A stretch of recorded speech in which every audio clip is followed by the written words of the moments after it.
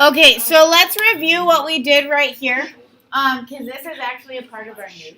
Okay, I asked you for the maximum distance, so we took the position, we found its derivative and critical points to test them for a maximum.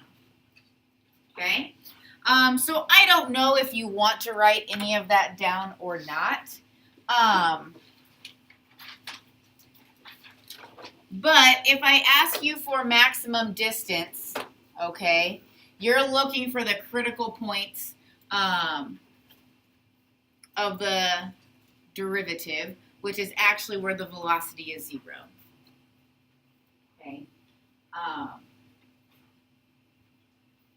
What you want to write down about that doesn't bother me. You can paraphrase that, or you can write down every single word. I hope that you don't have to write down every single word because I want you to use your words instead.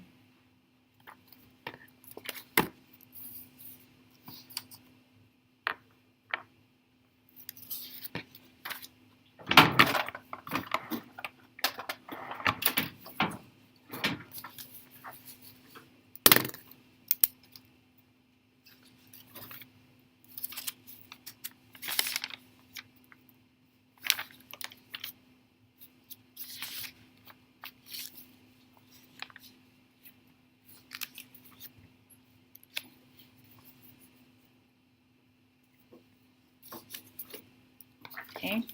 What if I asked you for maximum speed?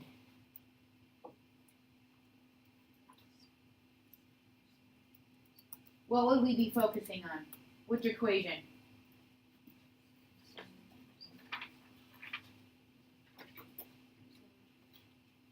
Oh, because it's the derivative of velocity. Okay. So if I want the max speed, we'd be talking about the derivative of our velocity equation. Okay.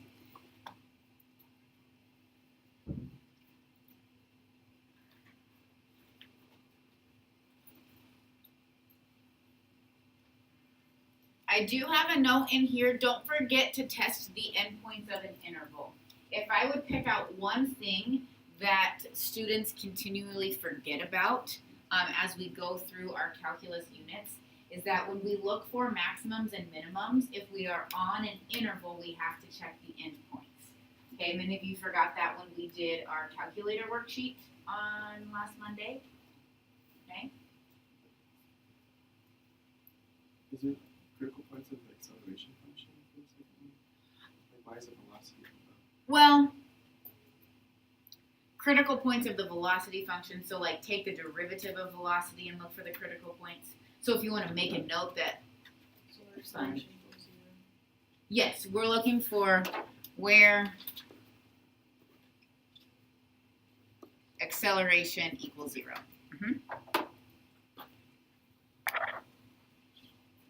Where acceleration equals 0 is where you're going to find your max speed. Okay? Now, or at one of the endpoints. Okay? So we're going to look at one example here, and then we're going to talk about free-falling motion. Okay? That's going to be the focus on your homework tonight. You will have some max speed and max distance questions on your homework tonight, but it's all going to deal with free fall motion. But before we get there, I want to find the maximum speed of this equation that we just talked about. So this is the same equation from your problem of the day. But go ahead and write it down again if you need to, and make a note that we are finding the maximum speed on this interval.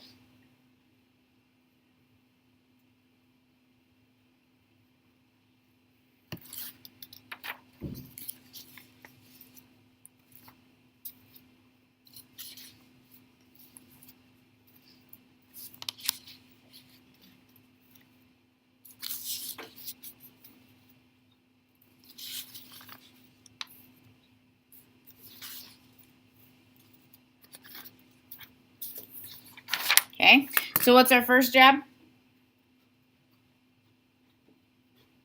Well, we need this acceleration. We already found velocity, right? In our problem of the day, we found velocity to be negative 32t plus 48. Our acceleration would be what? Negative 32. So where is the acceleration equal to 0? Nowhere. There's no critical points. Well, how are we going to find the maximum speed? We have endpoints, okay? And remember that speed is the absolute value of velocity. So we have an endpoint of 1/2, and we have an endpoint of 2.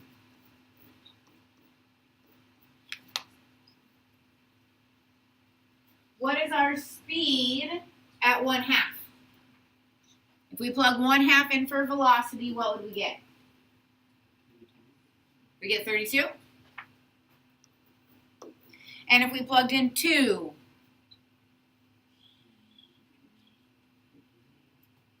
we get negative 24. No? I thought I heard that.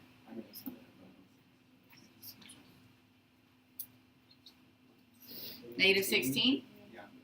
Okay. Absolute value would make it 16. What's our max speed? Our maximum speed is 32, and I know that it's feet per second because of that negative 16 for gravity, which we'll talk about here soon.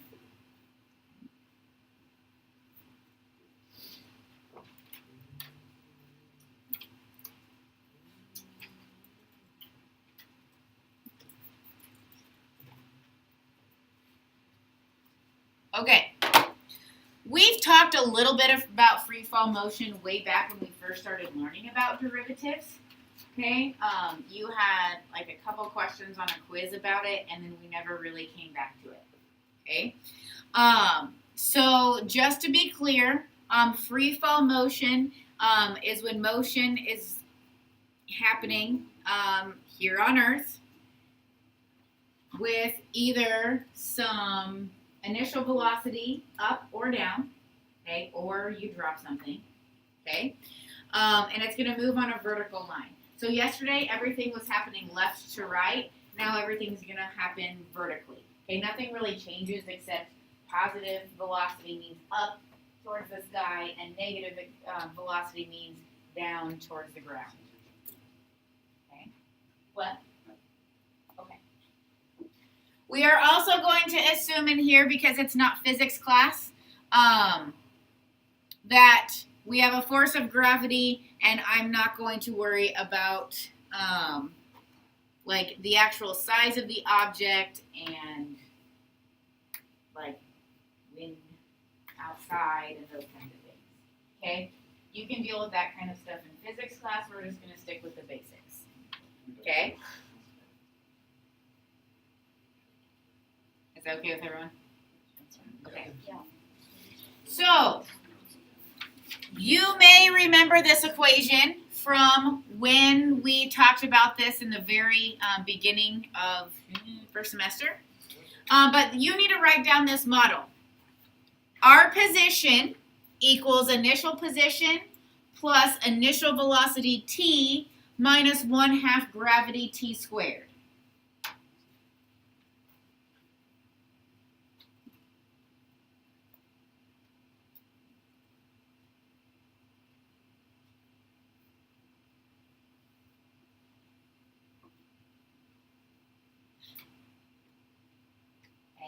So S sub 0 is initial height. V sub 0 is initial velocity. Okay, sometimes initial velocity could be 0. Like if I were to just drop a ball, initial velocity would be 0. But if I throw a ball straight up in the air, I'm going to have a positive initial velocity. If I throw a ball straight to the ground, I don't know why, but if you're like bouncing like a tennis ball, right? Then you're going to have negative initial velocity because you're throwing it down to the ground. Okay? You may remember this from last semester, but gravity, the force due to gravity, will either be 9.8 meters per second squared or 32 feet per second squared, depending on which unit of measurement we decide to use. Okay, 9.8 you're used to from physics class. Some of you are annoyed when we use 32 feet per second squared, but you're going to have to get over it. It's actually nicer to work with because everything's integers in our equation. All right, so let's think about this equation right here. If we were to find the velocity equation by taking the derivative, what would our derivative be? This is a number, its derivative is 0. What's the derivative of this? Initial velocity. Minus, what's this derivative? Negative gt. And if we were to go one further and find the acceleration, the derivative of velocity, what would that equal? Negative g. That kind of makes sense, right? We described g as the acceleration due to gravity. So if you have this free-falling motion, your acceleration is always going to be that negative gravity. Okay? You don't have to remember that, but there's the calculus of it. Okay? So, suppose Eli went outside and was actually able to throw a baseball up at a velocity of 100 feet per second. How high will the ball go? Okay? Write down whatever you need to. This is what we're going to work with. Sorry. That's some real shade. Like, if I wasn't even going to be here today, the track meet didn't get canceled, I would have signed into the video, and that's what I would have seen. I need to I changed it. Gotcha. Better. I like it. I knew you could take it. Of course.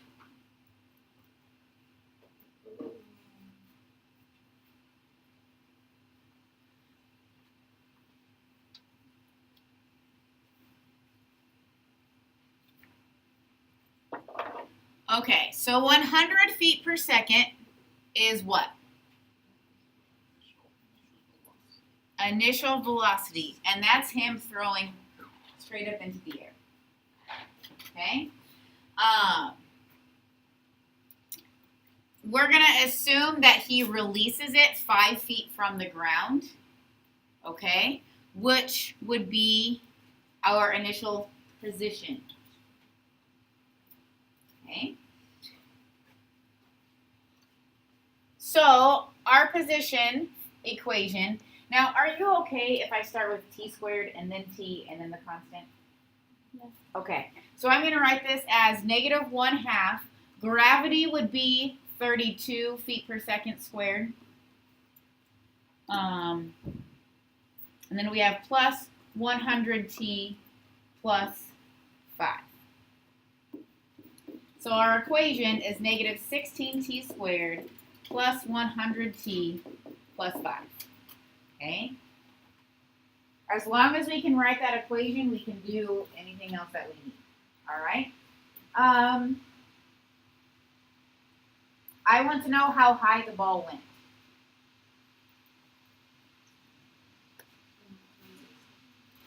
Okay, so essentially we're talking about maximum distance, right? What happens when that ball reaches its maximum height? What's going to start happening to it? It's going to start going down. So what is true about the velocity when it goes as high as it can go? It's 0, okay?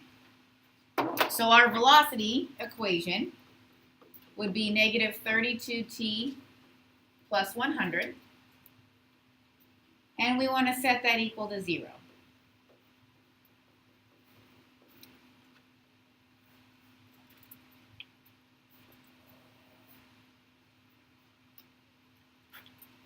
What's our time?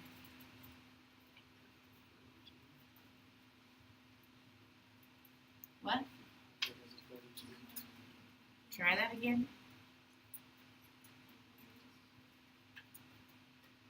What? 32 100s, right?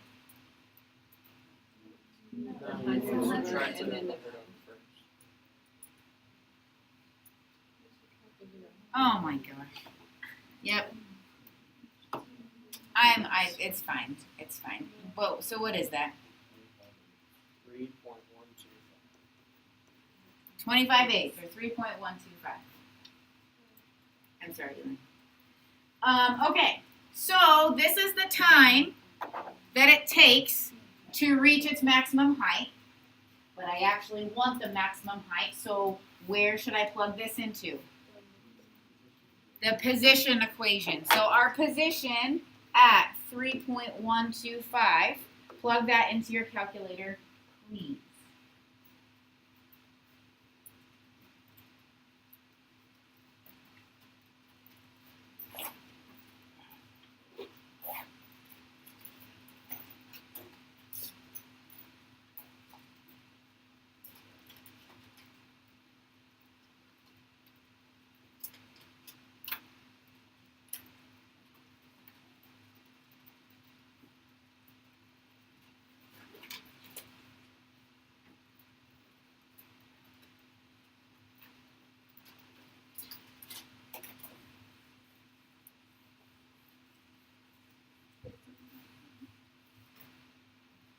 What do we get?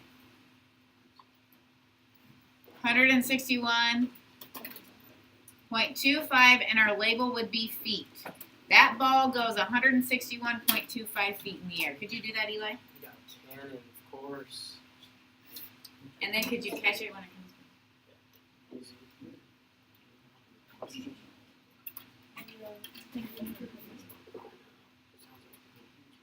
What? Do it at the bottom. I think you would probably have to throw it like this instead of under. Like you have to Straight stand down, really get. Yeah. Yeah. It'd be intense, right? Okay, so now, what if I asked you,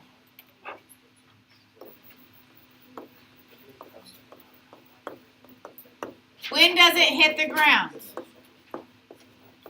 The calculus of these problems is not going to be difficult. The interpretation of what you need to do based on the question asked is what is going to be our biggest concern. So when I'm saying when does it hit the ground, first of all, when implies we are solving for time, and hitting the ground implies we're talking about its position, specifically when our position is 0. So our position, negative 16t squared plus 100t plus 5, I want that to equal 0.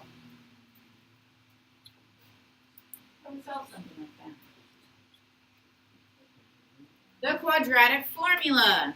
So please, x equals negative b plus or minus the square root of b squared minus 4ac all over 2a. I'm going to give you a couple minutes to practice using the quadratic formula, and I want you to find me the t value for when this hits the ground. Okay, let's get going.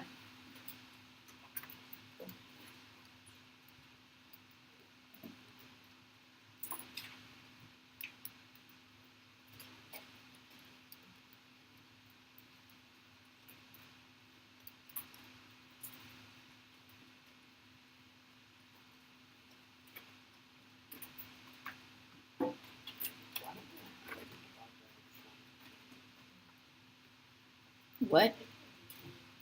Like, out of all the things this can do, it doesn't have where you can just put like A, B, C.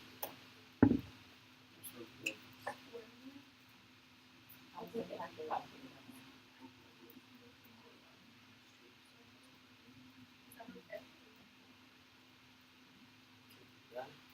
Just Google.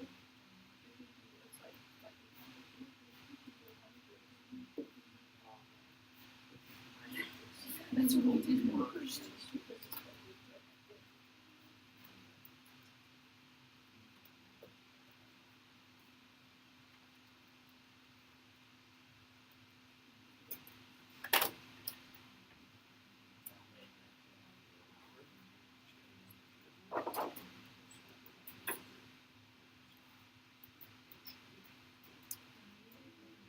first answer you get when you use the plus?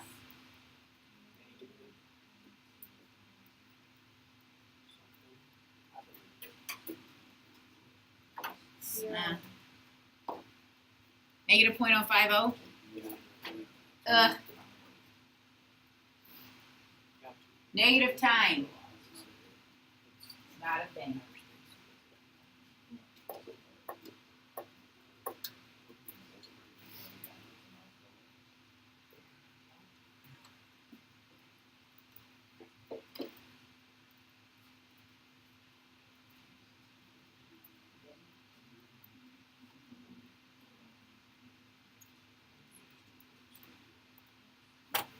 What happens when you use the subtraction? How do I turn this? How do Oh, really? You get an answer. No, it's 6.2. 6.3, right? 6.300. Okay, let's talk about why we're getting a negative answer. Okay, if we look at our position versus time graph, he is releasing the ball from 5 feet in the air, and then it's going up and it comes back down. Now, what we see is straight up and down, but when we spread it across over time, we see this parabola. Now, mathematically, we can find this intercept right here, but it doesn't make sense, okay? What we found is this intercept right here. So at 6.3 seconds, our ball will come back and hit the ground because Eli didn't catch it. But it didn't hit him because it came all the way to the ground, so that's good. Okay. Any questions about that?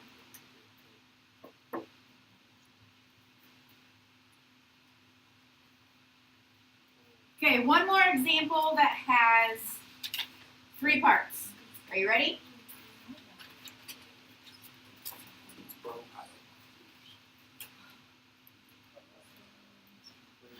Okay, a calculus textbook somehow finds its way on the top of Papillion Vista South High School. For unknown reasons, it falls off the side of the building. We've never been tempted to check our calculus book, have we?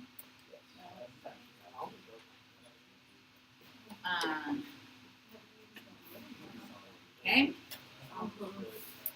How fast is the book falling after 2 seconds?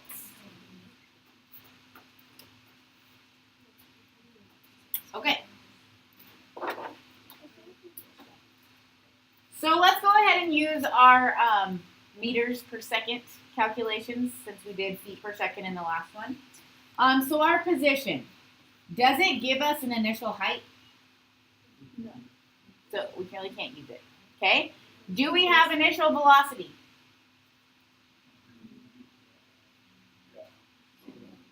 Of 0. Okay.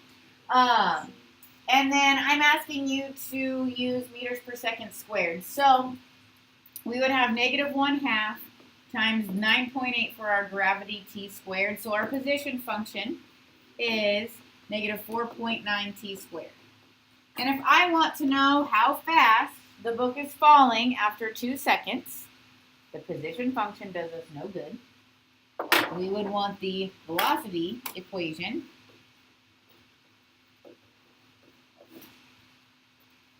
Okay.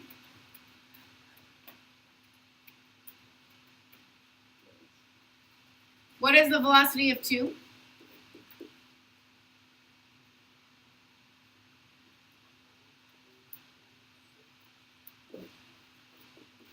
It would be negative 19.6, correct? Okay, so let's interpret that. This book is traveling 19.6 meters per second, but towards the ground.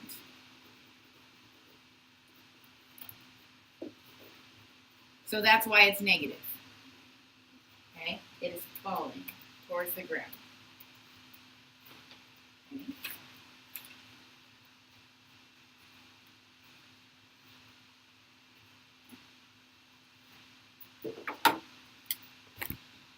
How far did it fall in only half of a second?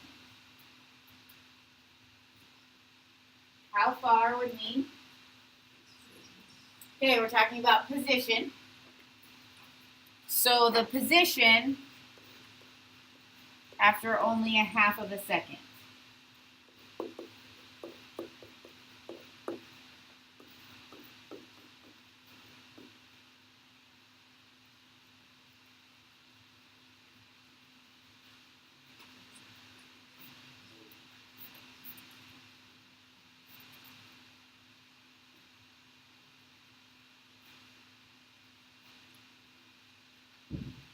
What do we get?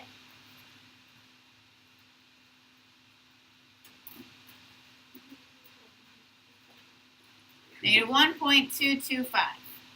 Okay, our position is negative because since we didn't have an initial height, our starting position was on the top of a building, and it is falling towards the ground, so our position as it falls will be negative. So it fell 3.9. Oops. 5 meters. Okay. One more question. How long would it take for the book to fall 50 meters? Always think about which equation you need to be working with. So I'm asking for how long would it take for the book to fall. We're looking for time of which equation? Position. Okay? Now, our initial position on the top of a building is 0, and it's going to fall. So what would our position be for what we're trying to find? We're really talking about negative 50.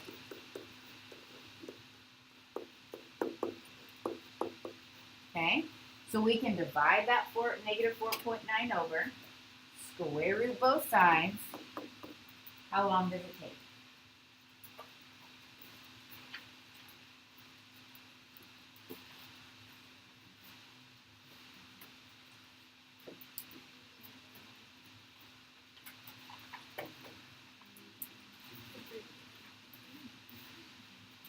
How long?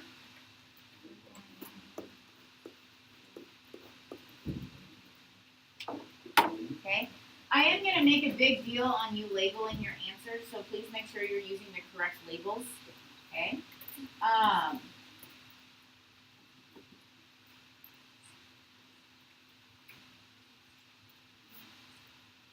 am going to give you a worksheet for today. You have the weekend to do the worksheet. Same as yesterday, I will post my answer key so you can check your answers. I think that's important.